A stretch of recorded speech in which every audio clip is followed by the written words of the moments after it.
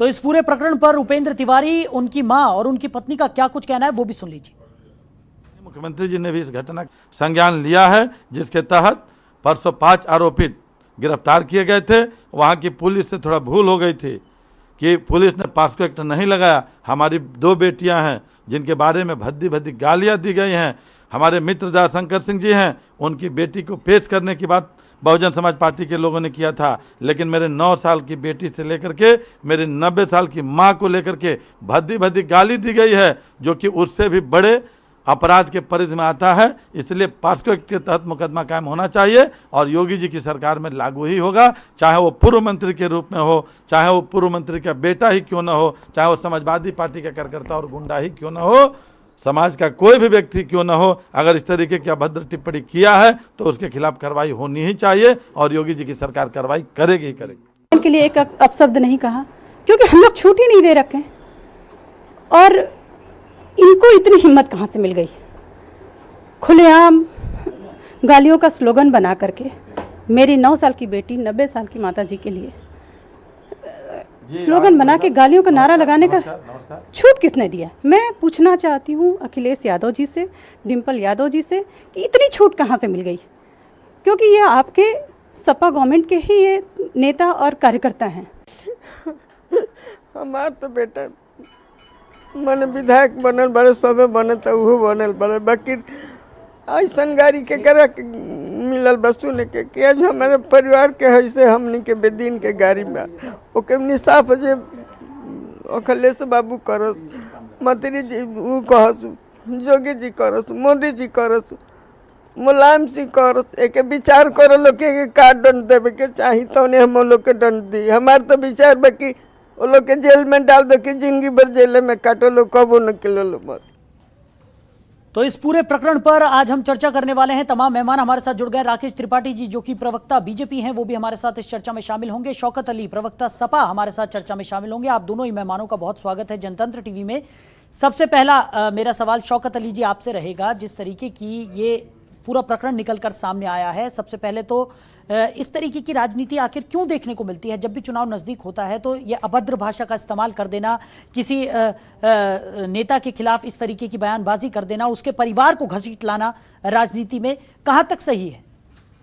देखिए साहिल भाई, मैं इस तरह की राजनीति की निंदा करता हूँ। जिन लोगों ने इस तरह का कृत्य किया है उनके खिलाफ कड़ी से कड़ी कार्रवाई होनी चाहिए और हमारे पार्टी के तमाम नेताओं ने भी कह दिया है कि उनसे हमारा कोई सरोकार नहीं, वो हमारी पार्टी के नेता नहीं, वो भारतीय जनता पार्टी के लोग हैं। इस बात को रीते चौधरी जी ने भी कहा है, तमाम नेताओं ने वहां के कहा है, जिले के तमाम नेताओं ने इस बात को स्पष्ट भी किया है, तमाम चैनलों पर चला भी है कि हमारी पार्टी के कार्यकर्ता नहीं, वो भारतीय जनता पार्टी के कार्यकर्ता हो सकते हैं। हाँ, ये बात सत्य है कि उनके खिलाफ हम लोग भी हो सकता हो कार्रवाई करें, क्योंकि वो हमारी पार्टी का झंडा लेकर जो लोग आगे चल रहे थे, तो गाली गलौज कर रहे थे, उनके खिलाफ कार्रवाई करने की हम लोग भी आगे आएंगे, उनके खिलाफ मुकदमा लिखाने का काम करेंगे। तो समाजवादी पार्टी ऐसी गंदी राजनीति नहीं करना चाहती और ऐसे लोगों के खिलाफ सख्त से सख्त कार्रवाई हो, उनको जेल में डाला जाए। लेकिन शौकत अली जी, वहां पर हम देख रहे हैं जिस तरीके से लोगों ने यहाँ पर अभद्र भाषा का इस्तेमाल किया है, हाथों में समाजवादी पार्टी का झंडा लहराते हुए वो लोग नजर आ रहे हैं। और अमूमन देखा गया कि जब इस तरीके की कोई भी घटना घटित होती है तो पार्टी उससे अपना पल्ला झाड़ लेती है।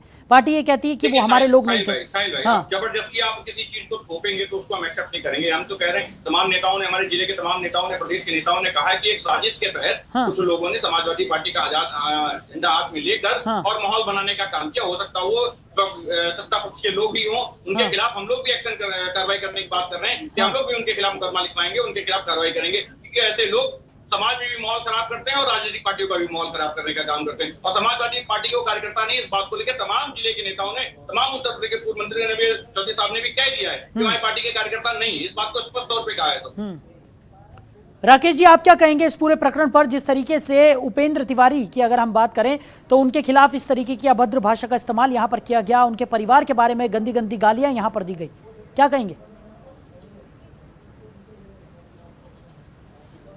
देखिए साहिल जी, बहुत दुर्भाग्य है, दुख है के साथ मुझे आज इस विषय पर चर्चा करनी पड़ रही है कि क्या ये भी विषय आज चर्चा का विषय हो सकता है? राजनीति में आलोचना आप कर रही है, जिसकी आलोचना जितनी करनी हो उतनी आलोचना करिए, आरोप प्रत्यारोप का खेल खेलिए, लेकिन गाली गलौज करेंगे, मां बहन की गालियां देंगे और उसके बाद समाजवादी पार्टी की एक कह करके अपना पल्ला झाड़ने की कोशिश करेगी कि समाजवादी पार्टी के नेताओं से इनका कोई लेना देना नहीं है। एक दो कोई व्यक्ति नहीं है, सैकड़ों की संख्या में लोग दिखाई पड़ रहे हैं और सबके हाथ में समाजवादी पार्टी के झंडे हैं। याद आ रही है उस कालखंड की जब समाजवादी पार्टी उत्तर प्रदेश में सरकार में हुआ करती थी और एक नारा उत्तर प्रदेश की फिजाओं में तैरा करता था कि जिस गाड़ी पर सपा का झंडा समझो उसमें बैठा गुंडा।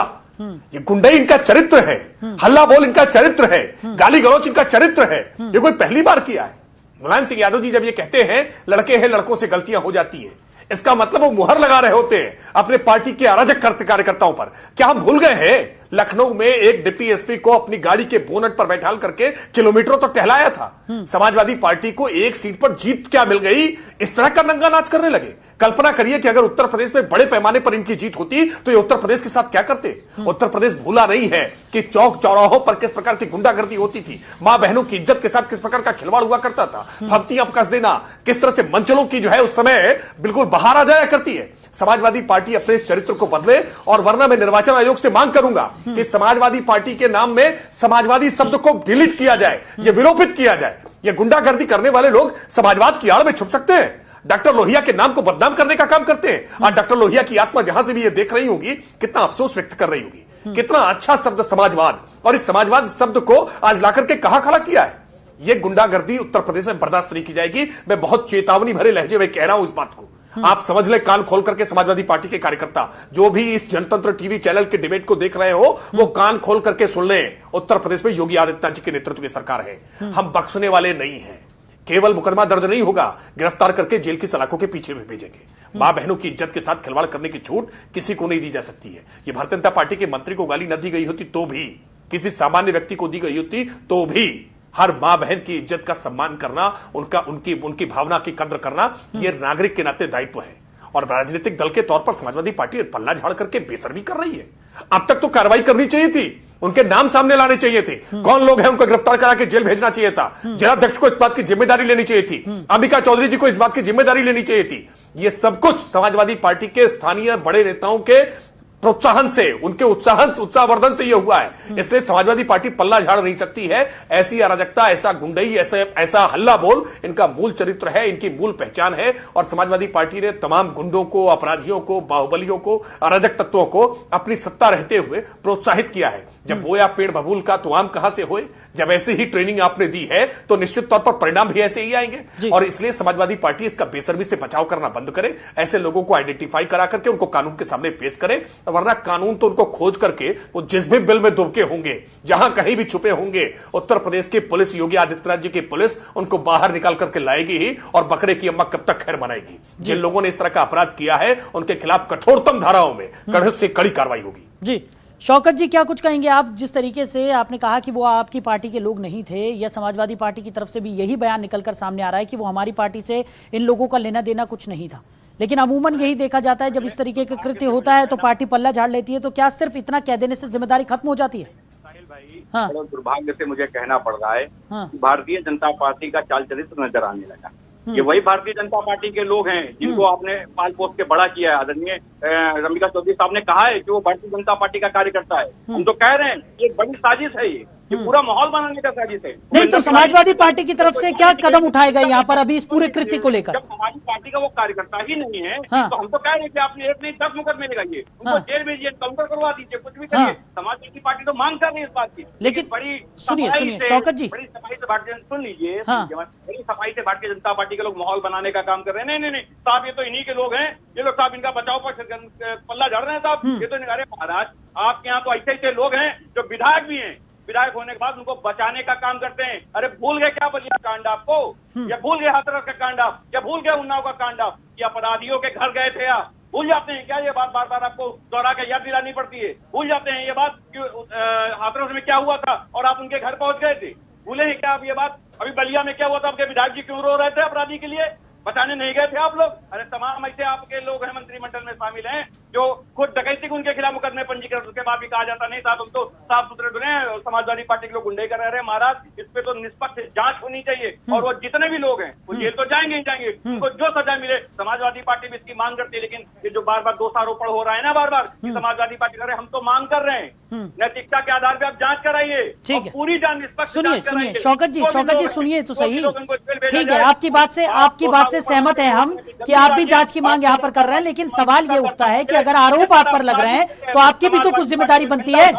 किस तरह साजिश है समाजवादी पार्टी का शौकत जी, सवाल तो सुन लीजिए। षड्यंत्र रचा जा रहा है। हाँ ठीक है, अगर आपके खिलाफ षड्यंत्र भी यहाँ पर किया जा रहा है शौकत जी, तो आपकी भी तो जिम्मेदारी बनती है कि आप भी एक जिम्मेदार पार्टी होने के नाते इन लोगों की यहाँ पर आइडेंटिफिकेशन करवाई जाए।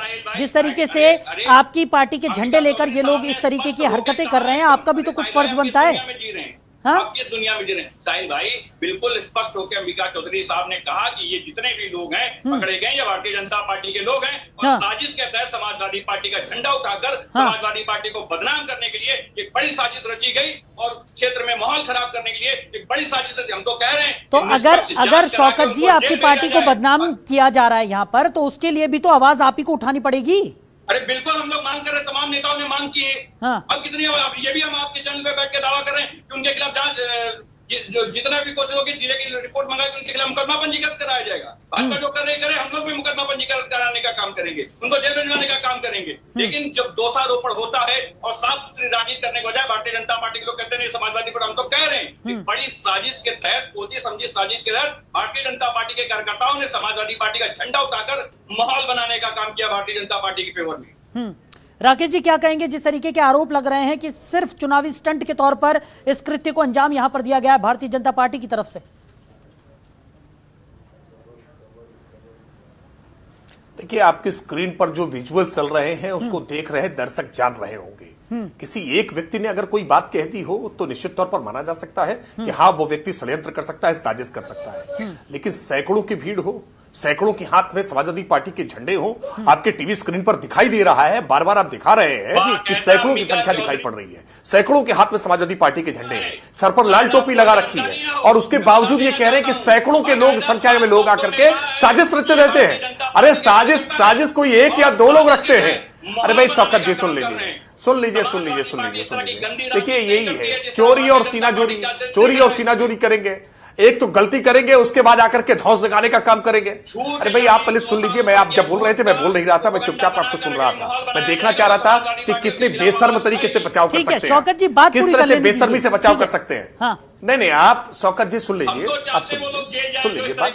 मैंने इसीलिए कहा कि साजिश और षड्यंत्र जब भी होते हैं तो साजिश और सुन लीजिए नहीं बिल्कुल जेल भेजाएंगे आप, निश्चित रहिए, आपकी इच्छा की पूर्ति करेंगे और उसके बाद दहाड़े मार मार करके आप चिल्लाएंगे और रोएंगे, ये भी हम देखेंगे। अभी देखिए, मैंने इस बात को जिम्मेदारी के साथ कह रहा हूं कि जब भी साजिश या षड्यंत्र रची जाती है तो साजिश और षड्यंत्र रचने वाले लोग कुछ मुट्ठी भर लोग होते हैं, 2-4 लोग होते हैं जो साजिश और षड्यंत्र रचते हैं। समूह कहीं पर साजिश रचता हो, समूह कहीं पर षड्यंत्र करता हो, यह पहला उदाहरण मैं देख रहा हूं। अगर साहिल जी आपके दर्शकों ने कहीं देखा हो कि कहीं समूह षड्यंत्र रच देता हो, कहीं समूह साजिश करता हो, ऐसा उदाहरण मैंने आज तक कभी ना किसी किताब में पढ़ा है ना कभी कहीं मैंने देखा है इसको।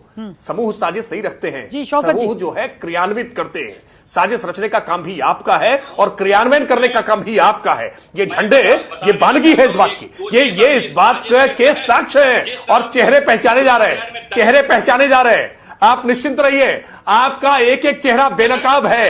ये वीडियो कैमरे में, टेलीविजन पर चल रहे, न्यूज चैनल्स पर चल रही क्लिपिंग्स में एक एक चेहरे आइडेंटिफाइड है और इसीलिए नामजद एफआईआर दर्ज हुई है। आप निश्चिंत रहिए, नामजद एफआईआर दर्ज हुई है, ये गिरफ्तार करके जेल भेजे जाएंगे। आप कितना भी हाय तौबा मचा लीजिए, आपकी पीड़ा अभी होगी। आप कहेंगे कि पॉलिटिकल वेंडेटा हो रहा है, आप कहेंगे कि हारने के बाद भाजपा कार्रवाई कर रही है, लेकिन मैं इस बात को जिम्मेदारी के साथ कह रहा हूं, हम हारे आजमगढ़ में भी हैं, हम इटावा में निर्विरोध आपने जिताया है, हमने कहीं पर इस प्रकार की कोई कार्रवाई नहीं की है। लेकिन आप जीत के नशे में गुंडागर्दी करेंगे, जीत के नशे में आकर के गाली गलौज करेंगे और इस बात की छूट दे दी जाएगी। किसी की मां बहन के इज्जत के साथ आप खिलवाड़ करेंगे, इसकी छूट आपको दे दी जाएगी। आप गलतफहमी में हैं। उत्तर प्रदेश में योगी आदित्यनाथ जी के नेतृत्व की सरकार है, बहुत कठोरतम कार्रवाई होगी और उदाहरण स्थापित करने का काम करेंगे। ये बलिया तो भूमि वो भूमि है जो बागी बलिया के नाम से जानी जाती है। मंगल पांडे जहां से स्वतंत्रता का पहला बिगुल फूंकने वाले थे, आज उस भूमि को कलंकित करने का काम कर रहे हैं। पूरे दुनिया भर के सामने, विश्व भर के सामने, आज पूरे भारत के सामने बलिया की क्या तस्वीर जा रही है। ये बलिया जिस बलिया बागी बलिया के नाम से जाना जाता है, उस बलिया की यह तस्वीर पेश की है समाजवादी पार्टी ने।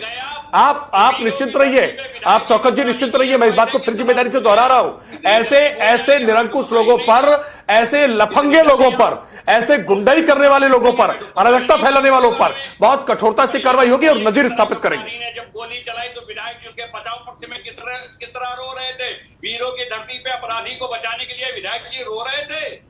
यह है सम्मान बलिया का। एक अपराधी को बचाने के लिए विधायक की आंसू बहा रहे थे, यह है बलिया का सम्मान। आप दूसरी घटना पर जाकर के आप कोशिश मत करिए शौकत जी, ये खेल तमाशे बहुत देखे दिखाए हमने। आप दूसरी घटना का जिक्र करके इस घटना की गंभीरता को कम मत करिए।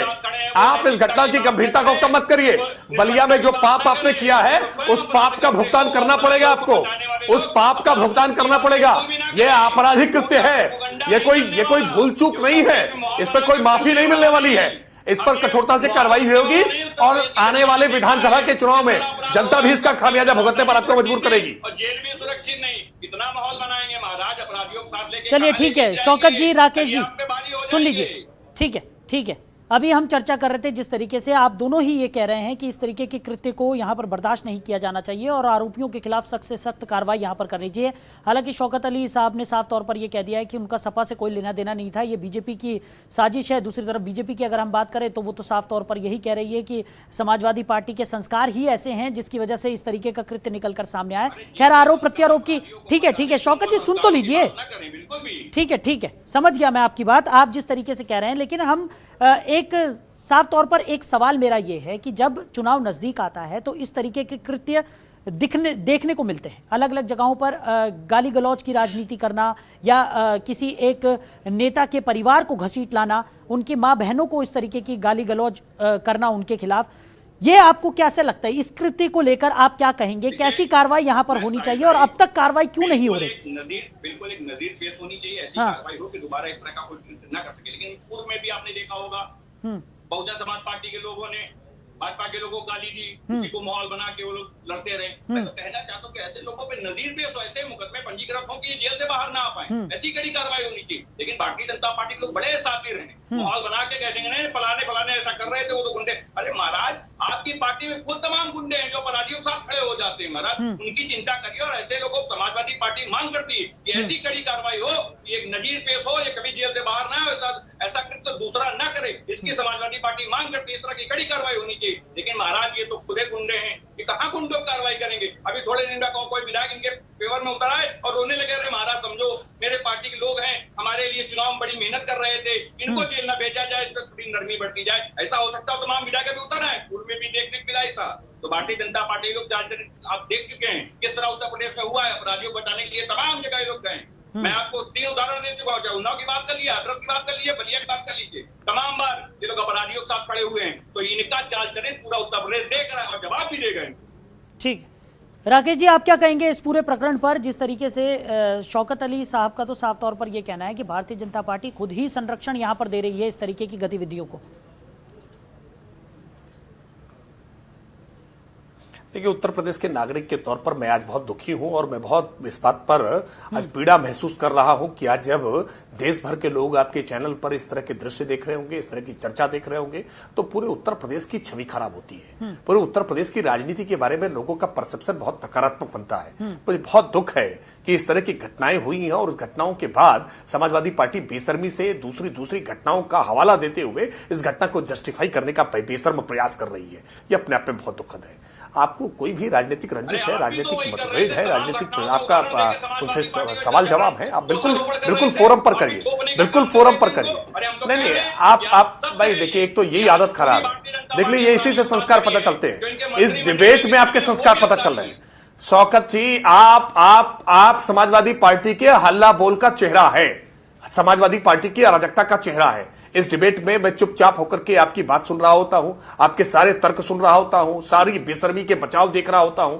बावजूद इसके जैसे ही मैं बोलना शुरू करता हूं, वैसे ही आप अपने संस्कार दिखाना शुरू करते हैं, वैसे ही इस टीवी डिबेट में अराजकता फैलाना शुरू करते हैं, गुंडागर्दी। क्योंकि यही आपके यहां ट्रेनिंग मॉड्यूल यही है ना। जितना ज्यादा हल्ला बोलोगे, जितनी ज्यादा गाली गलौज करोगे, समाजवादी पार्टी के उतने ही निष्ठावान कार्यकर्ता माने जाओगे। और हद तो यह हो जाती है कि समाजवादी पार्टी के मुखिया अखिलेश यादव जी की पत्नी को इलाहाबाद, मैं उदाहरण देकर बता रहा हूं कि प्रयागराज की एक चुनावी रैली में अखिलेश यादव जी की पत्नी डिंपल जी को कहना पड़ा कि मैं भैया से शिकायत करूंगी, तुम लोगों की हरकत बंद करो, मैं भैया से शिकायत करूंगी। ये दृश्य लोग भूले हैं क्या? समाजवादी पार्टी अपने इस गुंडई के चरित्र को अगर कंट्रोल नहीं करेगी तो जो दशा आज है कि विधानसभा के चुनाव में आपकी जो गति हुई है, लोकसभा के चुनाव में 2014 में 5 सीटें जीते थे, उसके बाद 2019 के चुनाव में 5 सीटें जीते हैं और इस जिला पंचायत अध्यक्ष के चुनाव में भी 5 ही सीटें जीते हैं। ये 5 भी अब मिलने वाली नहीं है। ये धीरे धीरे आप लगातार इन 5 से भी नीचे जा रहे हो। मैं विश्वास के साथ कह सकता हूं कि राजनीति में आप डॉक्टर लोहिया के जिन सिद्धांतों और आदर्शों की बात करते हैं, आज जनेश्वर जी हम लोग के बीच में नहीं है, लेकिन जनेश्वर जी भी आज इस दृश्य को देख करके जहां कहीं भी उनकी आत्मा होगी, पीड़ा से ग्रसित होगी कि यही समाजवादी पार्टी है जिसको हमने पल्लवित किया था, जिसको आगे बढ़ाया था। हाँ। समाजवादी पार्टी संघर्ष किया करती थी, लेकिन मुलायम सिंह यादव जी को जिसने अपनी सत्ता से उतारा हो, कुर्सी जिस तरह से कब्जाई हो, जब अखिलेश यादव जी ने धक्का देने में अपने पिताजी को परहेज नहीं किया, अपने चाचा को अपमानित करके पार्टी से बाहर निकाल दिया, तो जाहिर सी बात है इसी संस्कारों को लेकर के इनके पार्टी के कार्यकर्ता आगे बढ़ेंगे और 2 कदम आगे बढ़ करके गाली गलौज करने लगते हैं। ठीक है राकेश जी, ठीक है। ये शौकत जी, मेरा आखिरी सवाल आपसे ये रहेगा, इस चर्चा को फिर हमें खत्म करना होगा क्योंकि समय की कमी है। ये बताइए कि एक जिम्मेदार पार्टी होने के नाते अगर आपकी पार्टी के झंडे लेकर कई सारे लोग वहां पर दिखाई दे रहे हैं, झंडे लहराए जा रहे हैं समाजवादी पार्टी के, तो एक जिम्मेदार पार्टी होने के नाते आपका जो कर्तव्य बनता है उसके लिहाज से आपकी पार्टी क्या कार्रवाई करने वाली है? सीधा सवाल है। देखिए, मैंने साफ तौर पे पहले ही दोहरा दिया कि तमाम लोगों को आइडेंटिफाई करके तमाम लोगों के खिलाफ उनके खिलाफ शिकायत करके जांच करा ली जाएगी। जो लोग इसमें शामिल थे या हमारे इधर उधर के भी लोग भी शामिल, उनके खिलाफ भी कार्रवाई। तो यानी अगर वो आपकी पार्टी के लोग निकलते हैं तो कार्रवाई करने में कोई हिचकिचाहट नहीं होगी? फोन तो लीजिए, इतना समय नहीं है शौकत जी, सीधा जवाब दीजिए ना। भारतीय जनता पार्टी और साफ तौर पे भारतीय जनता पार्टी लोग मानने के तैयार नहीं। चौधरी साहब ने बिल्कुल साफ तौर पे कहा है, कांग्रेस करके साफ तौर पे कह दिया कि भाजपा के लोग उनके खिलाफ मुकदमा होना चाहिए। साफ तौर पे कहा है कि भारतीय जनता पार्टी के लोग इस चीज को मान रहे। हम कह रहे हैं जो भी लोग ऐसा कृत्य कर रहे हैं समाज के लिए बहुत गंदा है और समाजवादी पार्टी इसकी मांग करती है कि एक नजीर पेश करे उत्तर प्रदेश सरकार। ऐसे ऐसे मुकदमे पंजीकृत करके ये दोबारा जेल से बाहर ना पाए और आगे भी नजीर पेश हो कि कोई भी ऐसा कृत्य करने से पहले 10 बार सोचे। लेकिन मैं कहना चाहता हूँ भारतीय जनता पार्टी के लोग इसको लेकर सिर्फ माहौल बनाने का काम कर रहे हैं। कार्रवाई के नाम पे सिर्फ ढिंढोरा है। मैं कह रहा हूँ इसको कितने ढिंढोरा पीटा जा रहा है, कार्रवाई नहीं हो रही है। सिर्फ समाजवादी पार्टी पे 2 साल करके तमाम गंभीरता से उठा के मुद्दे उठा के फलाने उनको धक्का दिया, इनको धक्का दिया। अरे महाराज, आज एक मंत्री की आपको गाली दी गई है और समाजवादी पार्टी का झंडे का इस्तेमाल किया गया है। हम लोग दावे के साथ कह रहे हैं कि हम उनके खिलाफ मुकदमा पंजीकृत कराएंगे, उनको जेल भिजवाने का काम करेंगे। लेकिन भारतीय जनता पार्टी से मांग करते हैं कि आप बताइए कि नजीर कब पेश करेंगे? आप ऐसे मुकदमे लगाने का काम करिए कि वो दोबारा जेल से बाहर ना। चलिए ठीक है। समय की कमी के चलते शौकत जी, इस चर्चा को हमें यही विराम देना होगा। राकेश त्रिपाठी जी हमारे साथ जुड़े हुए थे, प्रवक्ता बीजेपी। सर, आपका बहुत शुक्रिया हमारे साथ जुड़ने के लिए। शौकत अली जी जो कि प्रवक्ता सपा हमारे साथ चर्चा में शामिल हुए थे। आप दोनों ही मेहमानों का बहुत बहुत शुक्रिया हमारे साथ इस चर्चा में शामिल होने के लिए। तो साफ तौर पर देखने को मिल रहा है उपेंद्र तिवारी के खिलाफ जिस तरीके की अभद्र भाषा का यहां इस्तेमाल किया गया, राज्य मंत्री हैं उनके खिलाफ नारेबाजी की गई, अभद्र भाषा का इस्तेमाल किया गया, उनके परिवार को गाली गलौच यहां पर उनके लिए की गई, उसको लेकर आरोप प्रत्यारोप की राजनीति एक बार फिर से देखने को मिल रही है। बीजेपी लगातार समाजवादी पार्टी पर हमलावर है, वहीं समाजवादी पार्टी की तरफ से भी पलटवार किया जा रहा है कि ये पूरा षड्यंत्र बीजेपी की तरफ से चुनावी स्टंट के तौर पर इस्तेमाल किया जा रहा है। सच्चाई क्या है ये तो आने वाला वक्त ही बताएगा। फिलहाल इस खास पेशकश में इतना ही। आप बने रहिए और देखते रहिए जनतंत्र टीवी। नमस्कार।